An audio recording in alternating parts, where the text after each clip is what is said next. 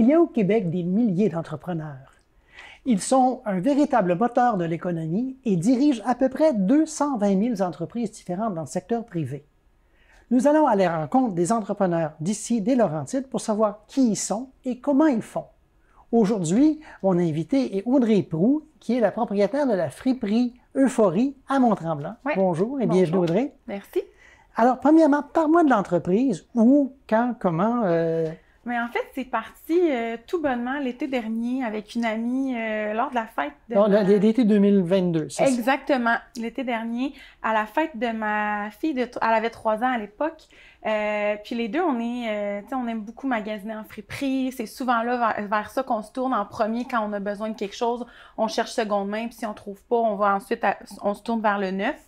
Puis, justement, là, lors de cette fête-là, on recevait des compliments sur nos vêtements, puis des choses comme ça. Puis, elle me dit, pourquoi on part pas une friperie? Puis là, je dis, ben, tu sais, moi, j'étais enceinte à l'époque de ma deuxième fille. Puis, je trouvais que le moment était pas si bon que ça. Tu sais, je me disais, je vais accoucher dans quelques mois et tout. Mais finalement, après mûre discussion avec elle, mon conjoint, puisque mon conjoint est entrepreneur également, puis là, lui, il nous encourageait à foncer, puis on s'est mis à discuter du projet un peu plus sérieusement. Puis, c'est parti comme ça. Ma mère avait un local à louer. Ma mère est entrepreneur également sur la rue de Saint-Jovite. Elle avait un local à louer. Elle a dit, ben, les filles, si vous le voulez, je vous le laisse. Fait que ça a un peu été, OK, go, on se lance, puis ça va nous mener où est-ce que ça va nous mener. T'sais, on savait pas trop... où est-ce qu'on s'en allait. Puis finalement, on est là 1 an plus tard, le vent dans les voiles, puis ça va super bien. On s'est mis, quand on a démarré l'entreprise, ben là, tu sais, on partait de rien, on n'avait aucune connaissance dans le domaine entrepreneurial. Puis une chance qu'il y avait mon chum qui avait passé par là quelques années auparavant, qui nous guidait un peu, parce que sinon, j'avais aucune idée vers qui me tourner ou, tu sais, par où commencer. Alors, donc, c'est ça. Donc, vous avez en fait, il y a beaucoup de choses à décortiquer. Oui, ça a parti sur un coup de tête. Donc, là. c'est vraiment, ça a parti sur un coup de tête. Donc là, l'idée de, hey, on ouvre une friperie. Oui. OK, ça, c'est l'idée de base. Oui. Une fois que tu as fait ça, comment tu pars là pour amener ça à la réalité? Oui, ben en fait, le processus a été très rapide parce que on a fêté l'anniversaire de ma fille fin mai, puis mi-août, on ouvrait. Donc, mi-août 2022, on ouvrait. On a eu le local début juillet, comme le locataire quittait en juillet, là, comme d'habitude quand les bails se terminent. Puis, on a aménagé un peu l'espace à notre goût, on s'est mis à chercher des vêtements parce que là, tu sais, on en avait un peu, mais pas tant que ça, là, pas de là à ouvrir une boutique. Donc, on s'est mis à faire les brocantes, on s'est trouvé des fournisseurs en ville pour magasiner des vêtements pour nous faire de la revente parce que là, on se trouvait avec pas grand-chose, ça nous prenait un inventaire. Donc, c'est ça. Puis un mois après, là, on a travaillé très fort. Puis en 1 mois, on a ouvert une boutique pignon sur rue. Bon, alors, tout ça, il faut premièrement savoir un peu, avoir les choses en main, là, à vendre. Oui. C'est quoi votre gamme? Est-ce que c'est pour femmes, pour enfants, pour tout le monde? On a des vêtements pour toute la famille, toutes les tailles, tous les styles. On a des vêtements autant pour enfants, femmes, hommes, du extra small au 3X large. Tu sais, on essaie de trouver des pièces de toutes les grandeurs, de tous les styles, parce qu'on veut répondre à un plus grand besoin, tu sais, au plus de gens possible. On veut atteindre le plus de gens possible également. Puis c'est ça, il y en a pour tout le monde. Et donc, bon, OK, où on les trouve, ces vêtements-là? Ces vêtements-là, on les trouve, on reçoit des dons. On accepte les dons en échange d'un coupon de 15 % en boutique. Fait que, ça arrive que les gens viennent nous porter donc, des dons. quelqu'un qui voudrait, mettons, qui a des vêtements qu'il ne porte plus, pourrait vous les apporter à la friperie. Oui. Et il recevrait quelque chose en échange de ce bon-là de 15 15 Okay. Exactement. Fait qu'on reçoit une partie de notre inventaire comme ça. Et il y a une autre partie qu'on reçoit, que c'est moi, en fait, qui va magasiner tout ça. On a des fournisseurs à Montréal. En fait, on en a un qui est ouvert au public, mais le reste, c'est vraiment pour les entrepreneurs. Comment ça fonctionne? On connaît les grandes chaînes là, comme Village des Valeurs, Renaissance et tout, là, qui sont des piliers, si on veut, dans le domaine du seconde main. Mais ces piliers-là reçoivent tellement de dons qu'ils viennent pas à bout de tout trier puis de tout vendre parce qu'ils en reçoivent trop. Donc, eux envoient ça dans des compagnies qui vont envoyer ça outre-mer pour aller enfouir dans des sites d'enfouissement, outre-mer. Ce qui fait en sorte que nous, on peut passer avant que ce soit envoyé outre-mer pour faire du tri puis ramasser des vêtements qu'on va par la suite nettoyer. Ça arrive qu'on raccommode. J'ai ma grand-maman de 82 ans qui m'aide, qui recoud des vêtements, qui enlève des taches sur les vêtements pour qu'ils soient en parfait état pour la revente. Donc, tu viens de m'ouvrir... Vraiment, là, en magasinant dans une friperie, ouais. On empêche des choses d'aller dans un enfouissement. Oui, exactement. Souvent, les gens ne sont pas au courant, mais il y a une grande partie au Québec de ce qu'on produit comme déchets qui est envoyé outre-mer pour aller dans des sites d'enfouissement à outre-mer. Donc, ça fait en sorte que, en magasinant en friperie, on sauve un petit peu ces vêtements-là. On les évite de finir à la poubelle. Là. On leur donne une deuxième vie. Exactement. C'est des vêtements qui sont encore en très bon état. Là.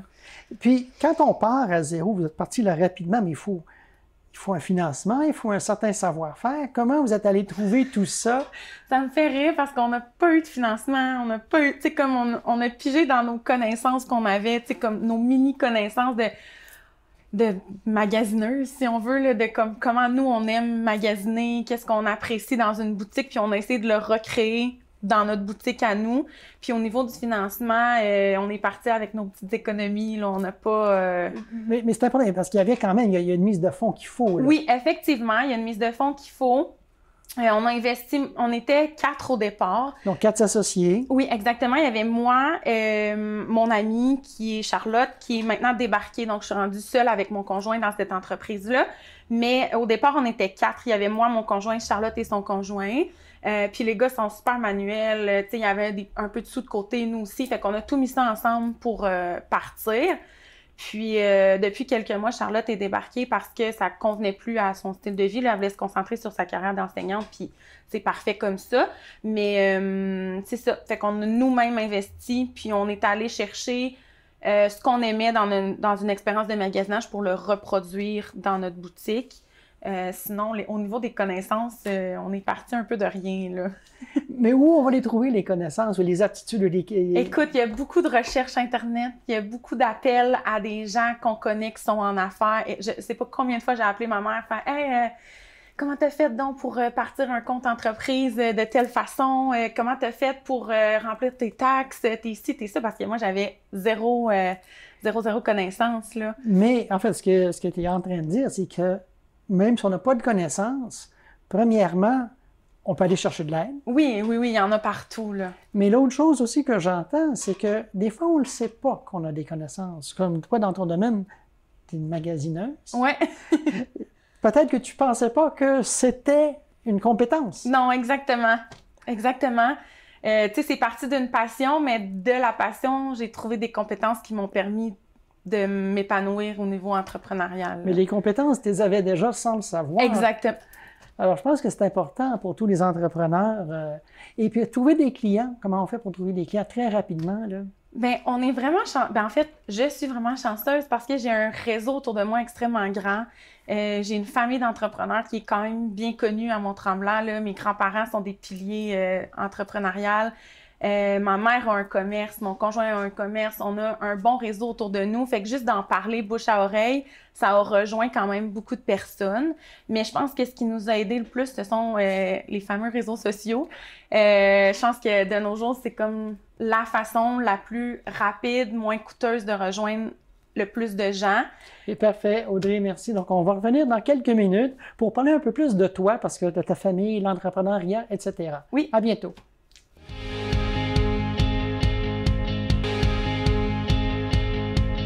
Je suis avec Audrey Proulx de la friperie Euphorie à Mont-Tremblant. Donc, rebonjour Audrey. Bonjour. Je voudrais parler un peu de Audrey Proulx, l'entrepreneur, parce que tu m'as dit que tu étais enseignante. Oui, en fait, j'ai un baccalauréat en enseignement en adaptation scolaire. Donc, à la base, là, depuis 6 ans, je suis orthopédagogue. Donc, j'aide les enfants en difficulté d'apprentissage dans les écoles de la région. Fait que c'est un peu ça mon domaine de prédilection, là. Est-ce que tu continues à enseigner? En fait, là, en ce moment, je suis en congé de maternité, mais j'avais prévu retourner. Finalement, je ne retournerai pas parce que j'ouvre une deuxième entreprise OK. qui va me permettre de rester un peu à la maison avec mes enfants puis faire mon horaire. Là, je vais faire de l'orthopédagogie au privé. Donc, oui, je vais retourner, mais pas de la même façon que je travaillais au départ. Parfait. Donc, quand on parle de cheminement d'entrepreneur, là, tu viens d'ouvrir une première boutique. Ouais. Tu vas ouvrir une entreprise, ouais. mais tu ne l'étais pas au départ. OK. Comment on se ramasse à devenir entrepreneur, selon toi? Ben, juste avec l'envie de l'être. Comme dans mon cas, c'est ça.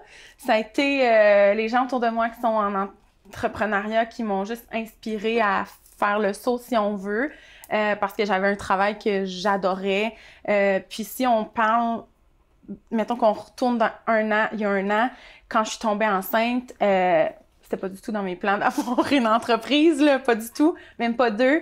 Mais c'est ça, ça a juste été une envie d'être avec mes enfants, puis de voir les gens autour de moi qui sont en entreprise s'épanouir, puis je me suis dit pourquoi pas. Quand tu vois les gens autour de toi en entreprise, qu'est-ce que tu vois? Qu'est-ce que tu remarques quand tu dis qu'ils s'épanouissent?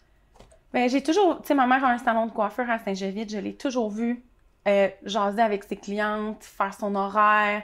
Écoute, on est malade, elle peut s'arranger. Le soir, ben au pire, elle va faire plus d'heures pour combler le manque qu'elle a eu dans la journée pour rester avec nous, pour nous accompagner dans nos activités. Puis ça m'a toujours un peu titillé qu'avec mon emploi que j'avais, je pouvais pas faire ça. Donc, flexibilité. La flexibilité, ça m'a un peu... c'est l'élément déclencheur là, qui a fait en sorte que je me suis dit « go ». Tu sais, là, je me lance, puis je le fais à temps plein, puis on verra où ça va me mener.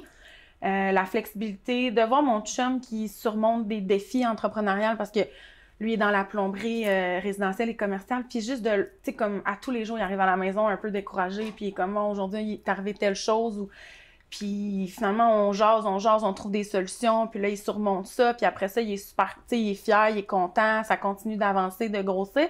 Fait que juste de le voir, lui, heureux de surmonter des défis aussi, ça m'a... Donc, c'est ça, cette notion flexibilité, capacité de surmonter des défis. Ouais. Est-ce qu'il y a d'autres choses qui t'inspirent dans ce que tu fais? Bien, un peu tout. Tu sais, là, je sais que avec la friperie, on aide aussi le Centre de pédiatrie sociale au cœur des Laurentides. On remet une journée par mois, on met 2 $ par vêtement adulte puis 1 $ par enfant qu'on leur remet à eux au Centre de pédiatrie sociale au cœur des Laurentides. Fait que ça, de savoir que j'ai une influence sur ces gens-là, tu sais, que je peux leur apporter du bon parce que en travaillant dans les écoles, on est conscient de tous les besoins des enfants. Puis, en ayant mon entreprise, ça me permet de leur redonner un petit peu, là... Dans tout ce que tu as eu à apprendre à faire depuis que tu as lancé en entreprise, qu'est-ce qui a été, je vais te demander, le plus difficile puis le plus facile? Mon Dieu, c'est une bonne question. Le plus difficile, je dirais que c'est l'organisation. Parce que je suis une personne très, tu sais, je veux dire, de se lancer en affaires les deux pieds dans le vide du jour au lendemain, ça prend quand même, pas du guts, mais je suis pas tellement réfléchie et organisée dans la vie, là, tu sais, genre, je me lance puis advienne que pourra. Fait que de m'organiser, de tout planifier.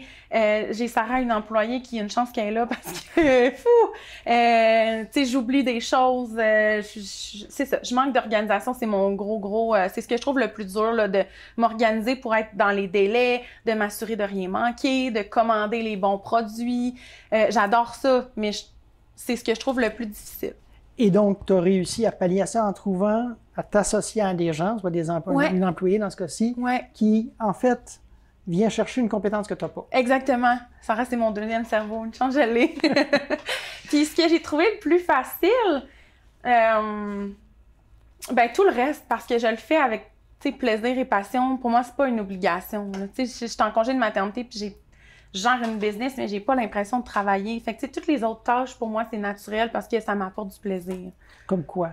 D'aller magasiner les vêtements, c'est sûr que j'adore ça. Tu sais, je fouille, je trouve des trésors que je sais. Puis souvent, je magasine, puis je trouve des choses, puis je me dis, hey, je sais quel client va acheter ça. C'est comme je m'imagine déjà ma clientèle dans les vêtements que je trouve, dans les accessoires que je trouve. Donc, ça, c'est vraiment un énorme plaisir pour moi. Je trouve ça super facile. Magasiner des compagnies québécoises parce qu'on a plus d'une trentaine de compagnies québécoises, des produits neufs en boutique qui sont juste de compagnies québécoises. Fait que, comment ça, vous avez des produits neufs? Parce que j'avais envie d'en avoir, tout simplement. J'avais envie que ça soit une boutique où les gens peuvent magasiner consciemment, que les gens peuvent magasiner, que ce soit aussi bien pour leur portefeuille que pour l'environnement, que ce soit aussi bien pour les entreprises locales. Donc, on est, oui, une friperie, mais on a aussi une trentaine de produits québécois qui sont des produits neufs. Là, on a des bijoux, des bougies, des produits pour le corps, des décorations pour la maison. On a vraiment une belle panoplie là, de la papeterie. C'est idéal pour faire des cadeaux, pour se faire plaisir. Puis, je voulais vraiment que ce soit local. Tu sais, je veux que les gens y apprennent à magasiner de façon responsable. Ça me tient à cœur. Je trouve que c'est important pour les générations futures de se concentrer sur nos entreprises locales puis sur un magasinage qui n'est pas nécessairement issu du fast fashion parce que ça s'en vient un gros fléau, là. Fait que c'est ça. J'avais envie que les gens aient un endroit pour magasiner qui soit le plus responsable possible. As-tu une journée typique? Non. J'ai pas de journée typique. Mettons qu'on fait une semaine typique, là. La boutique est ouverte du mercredi au samedi. Donc, le lundi, mardi, on est fait... dimanche, lundi, mardi. Le dimanche, c'est une journée en famille pour moi. Mais lundi, mardi, c'est là où j'ai mes rendez-vous, que je fais ma paperasse, que je magasine justement des items seconde main pour mettre en boutique. Le mercredi, c'est moi qui travaille à la boutique. Et le reste de la semaine, j'ai des employés. Puis la boutique ouvre à 10h, ferme à 16h le samedi, puis 17h le reste de la semaine. Donc, je suis toujours disponible. Tu sais, quand je suis pas à la boutique, c'est que je suis à la maison avec mes enfants parce que je suis en congé de maternité, mais je suis toujours disponible. Le téléphone sonne, je réponds. Tu sais, souvent, je travaille sans être à la boutique nécessairement, là. Qu'est-ce que tu as appris en travaillant avec le public comme ça, en étant à la boutique elle-même? Bien, j'ai toujours travaillé avec le public là, dans mes emplois étudiants. Mais de le faire en étant propriétaire, ça m'amène une vision différente. Ça m'amène à penser aux clients plus que... Tu sais, il faut vraiment que je magasine dans l'optique, c'est pas pour moi. Il faut que je plaise à une clientèle. Mais ça me fait rire aussi parce que en fait, ce que je tiens en boutique, c'est des trucs que moi j'aime, des trucs que moi je vais utiliser. Tu sais, il n'y a rien que j'ai en boutique que j'ai pas aimé ou que j'ai pas utilisé. Fait que oui, je magasine pour moi, mais dans l'optique de est-ce que ça va plaire à un client? Est-ce que ça va rejoindre des gens? Est-ce que ça va répondre à un besoin que les gens ont? Fait que de travailler avec le public, mais de penser au public, si on veut, de leur offrir des choses qui vont les intéresser. Tandis que quand je travaillais avec le public avant, je me souciais juste de les servir, là. Tu sais, c'était pas... je pensais pas à est-ce que ce que j'offre va répondre à un besoin ou va plaire aux gens. Puis ce que j'aime... ce que j'ai toujours aimé du public aussi, c'est de parler avec eux, d'échanger, d'entretenir. Tu sais, j'ai des clientes qui viennent à toutes les semaines juste pour me jaser. C'est vraiment le fun. Donc, tu as un petit côté social aussi qui aide, en fait, qui fait partie du plaisir. Oui, exactement. Donc, on va revenir dans quelques minutes pour parler un peu plus des défis puis où tu penses aller dans l'avenir. Parfait. Alors, à bientôt.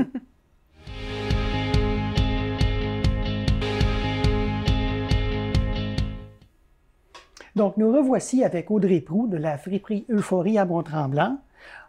On va parler un peu des défis puis de l'avenir. Oui. Alors, toi, bon, tu vas lancer un deuxième commerce qui n'est pas du tout semblable au premier, là, mais dans 5 ans, 10 ans, vas-tu avoir plusieurs chaînes de vêtements? Où tu vois l'avenir? J'aime pas ça vraiment me projeter parce que j'y vais au jour le jour, mais chose qui est peut-être pas nécessairement bon en entrepreneuriat, mais ça y va comme ça dans mon cas. Les défis sont grands, mais pas tant si on s'outille bien. C'est comme quoi tes défis, là? En ce moment, mes défis sont tout ce qui est paperasse et taxes et ici et les taxes, tout ce qui est DAS, parce que je m'y connais pas. Fait que, tu sais, j'apprends sur le tas, je le fais comme je pense, puis je me croise les doigts que ça soit fait comme il faut, tu sais. Puis, c'est comme ça qu'on apprend, en fait. Fait que c'est ça. Ça, c'est un grand défi pour moi, là, tout ce qui est administratif, si on veut. Mais c'est pas insurmontable, là. Tu sais, je vais y arriver, je vais l'apprendre, puis ça va bien aller. Un des défis que je rencontre, c'est surtout d'être original. C'est difficile de se démarquer dans le monde entrepreneurial, je trouve. C'est difficile d'avoir des idées qui sortent du lot, de se démarquer tout simplement parce que j'ai pas envie d'aller jouer dans les plates-bandes d'une autre entreprise locale ou, tu sais, j'ai pas envie de voler une clientèle ou de peu importe, tu sais, j'ai envie que mon entreprise répondre à un besoin sans nécessairement copier d'autres entreprises. Fait que je trouve que l'originalité, pour moi, c'est un énorme défi. Je fais beaucoup de recherches quand je veux entrer une nouvelle compagnie en boutique pour m'assurer qu'il n'y a pas quelqu'un d'autre à mon tremblant qui le vend, ce produit-là. Tu sais, j'ai pas envie de jouer à qui va le vendre et tout ça, là. Puis je trouve que c'est important aussi qu'en tant qu'entrepreneur, on ait cette mentalité-là parce qu'il y a de la place pour tout le monde. Tu sais, puis c'est ce que je me rends compte que j'avais peut-être pas pensé en partant une entreprise, c'est que souvent, quand quelque chose fonctionne, ben on a tendance à copier. Tu sais. Puis je trouve ça malheureux quand ça se fait que j'essaie de pas le faire. Donc, pour moi, ça, c'est mon défi principal.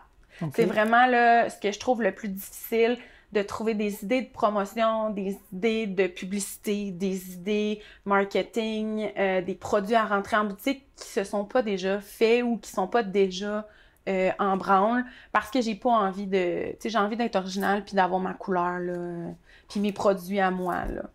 Et qu'est-ce que tu as trouvé pour être original?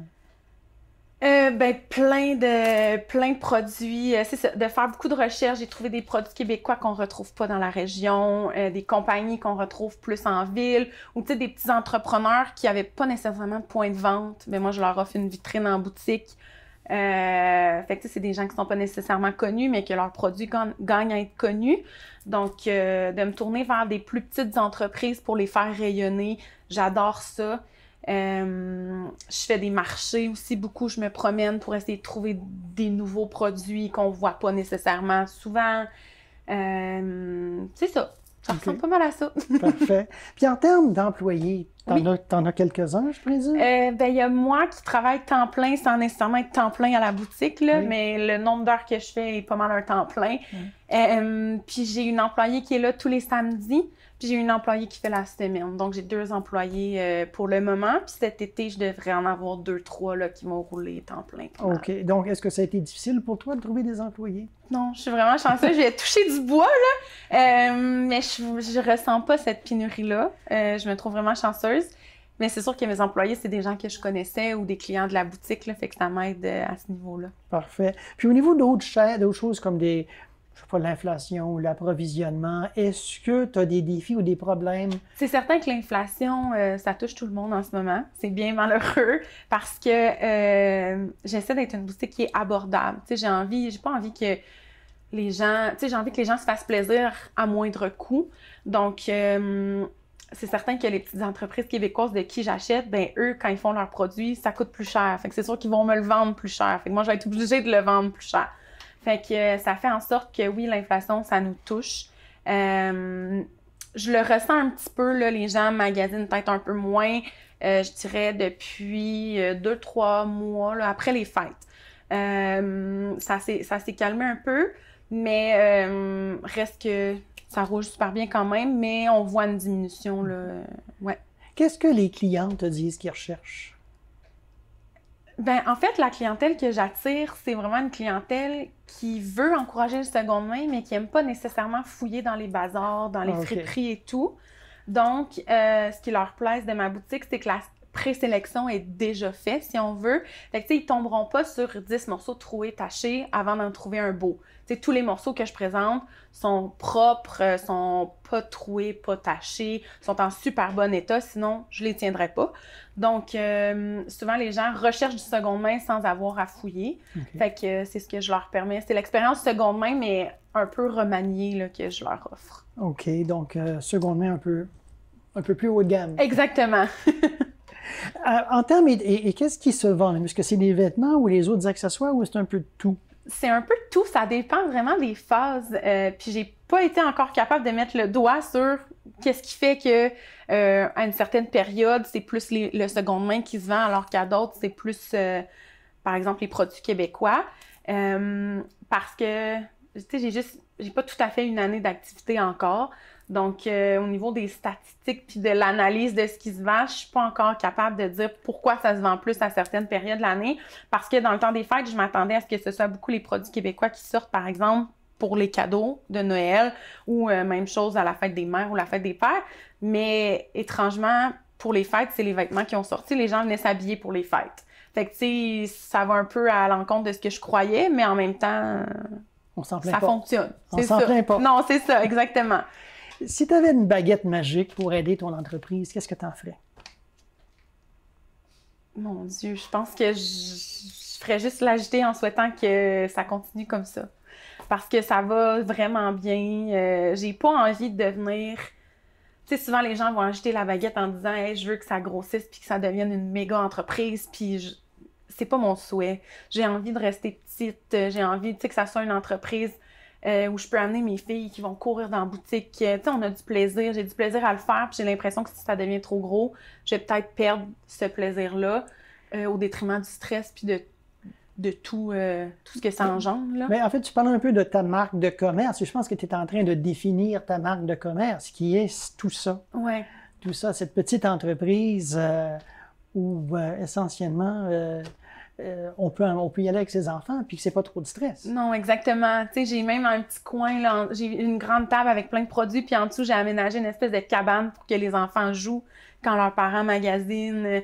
Tu sais, j'ai envie que ça reste un cocon où les gens se sentent bien. Puis souvent, des fois, je fais des petits 5 à 7 là, où les gens viennent magasiner, on prend un verre, on jase. Tu sais, c'est super friendly. Puis j'ai envie que ça reste comme ça. Puis pour les 5 à 7, j'imagine que c'est tes clients qui doivent... Oui, exactement. On fait la publicité sur nos réseaux sociaux, puis les gens se présentent, puis on a un... Puis vous êtes présent sur quels réseaux sociaux? Là? On est présent sur Facebook et Instagram, avec notre nom, le Friperie Euphorie. Puis on a un site internet aussi là, qui est friperieuphorie.com où on vend les produits québécois en ligne. C'est pas l'endroit où ça roule le plus, là, c'est beaucoup plus en boutique physique que ça fonctionne, mais ça nous permet de rejoindre une clientèle un petit peu plus éloignée là, également. Parfait. OK, bien merci Audrey Proulx. Alors ça, c'est la fin de cette émission d'Entrepreneurs en action. Ici Daniel Drolet. Je vous invite à regarder les autres émissions, évidemment, et à nous suivre dans les réseaux sociaux à tvcl.ca. Merci et bonne journée.